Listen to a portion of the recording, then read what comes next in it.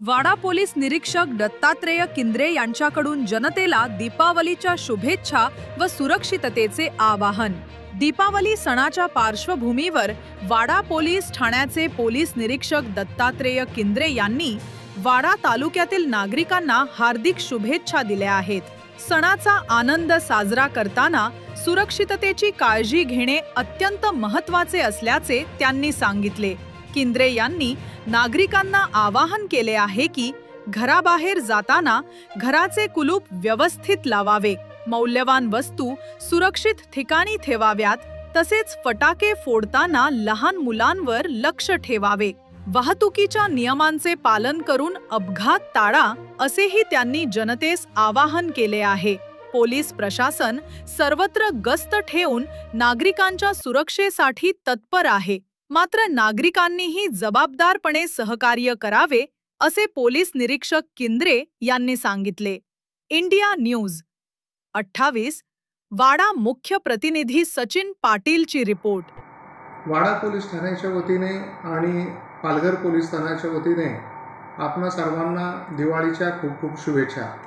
या दिवाळीच्या आनंदाच्या सणाच्या काळामध्ये आपण लहान मुलांना फटाके वाजवण्यासाठी किंवा इतर गोष्टी ज्या सण उत्सवामध्ये विद्युत रोषणाईसाठी वापरतो त्यावेळी योग्य काळजी घ्यावी आणि आपण लहान मुलांच्या सोबत राहणं अत्यंत आवश्यक आहे। त्याचबरोबर कुठल्याही अपघात होऊ नये याची काळजी घेणं गरजेचं आहे। आपल्या या काळामध्ये बरेच लोक सणानिमित्ताने तसेच सुट्टीचा काळ म्हणून परिसरात किंवा पर्यटनाच्या निमित्तानं किंवा नातलगांकडे असे जात असतात। या दरम्यान त्यांनी स्वतःच्या घरामध्ये ठेवलेल्या किमती वस्तूंची काळजी घेणं अत्यंत गरजेचं आहे।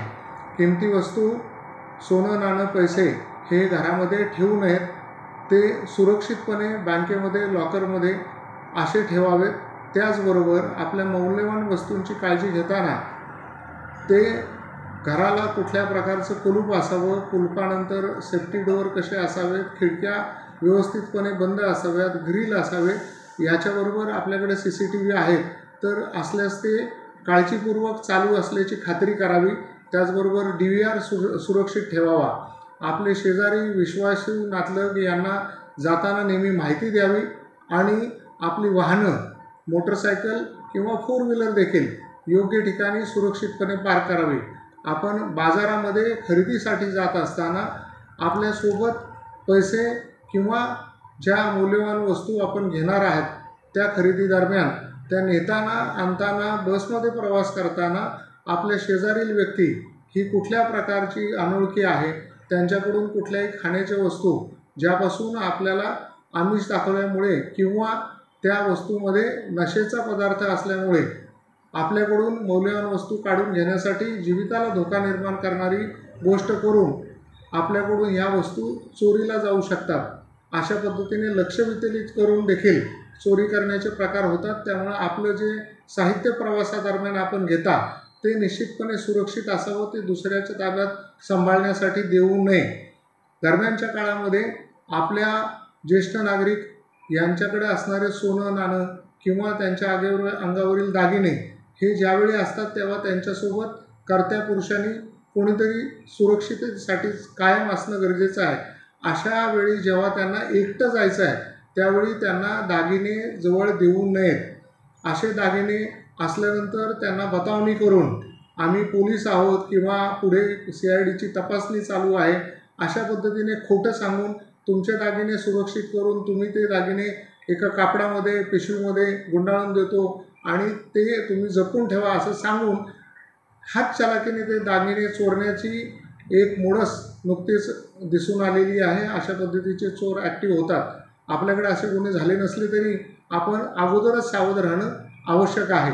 या सणाच्या काळामध्ये सायबर गुन्ह्यांचं देखील शुक्रवार, विशेषतः शुक्रवार शनिवारी बऱ्याच वेळा आपल्याला अशा पद्धतीचे कॉल येतात ज्याच्यामधून सायबर गुन्हेगार वेगवेगळी आमिषे दाखवतात। आपल्याला खरेदी दरम्यान आपण कॅन्सल केलेल्या व्यवहारातून देखील ते पुन्हा पैसे परत मिळण्यासाठी जी लिंक पाठवतात, APK फाईल पाठवतात त्याच्यामार्फत देखील आपला डाटा हॅक करून आपलं बँक अकाउंट रिकामं होऊ शकतं. त्यामुळे कुठल्याही APK फाईल डाउनलोड करू नका. त्याचबरोबर आमिषाला बळी पडून कोणत्याही दामदुप्पट योजनांच्या बळी जाऊन किंवा कुठल्या ॲपच्याद्वारे इन्व्हेस्टमेंट करून आपण दुप्पट पैसे मिळवू अशा आमिषाला बळी पडून अशा प्रकारची अवैध ॲपची इन्व्हेस्टमेंट कोणी करू नका. आपल्याकडचे OTP आणि आपले CVV इतर सर्व बँकेसंदर्भातली माहिती ही कोणालाही शेअर करू नका. सायबर गुन्हेगारांपासून सुरक्षित राहण्यासाठी आपले सर्व सायबर अकाउंट, आपले सर्व सोशल मीडिया अकाउंट हे 6 स्टेप सिक्युरिटीने सुरक्षित करून ठेवा आणि आपल्या अनोळखी व्यक्तींची कोणत्याही प्रकारची फ्रेंड रिक्वेस्ट ॲक्सेप्ट करू नका. त्यांना कुठल्याही अशा प्रकारचा डाटा शेअर करू नका. या काळात सुरक्षेसाठी पुन्हा एकदा आपल्या सर्वांना दिवाळीच्या खूप खूप शुभेच्छा. जय हिंद.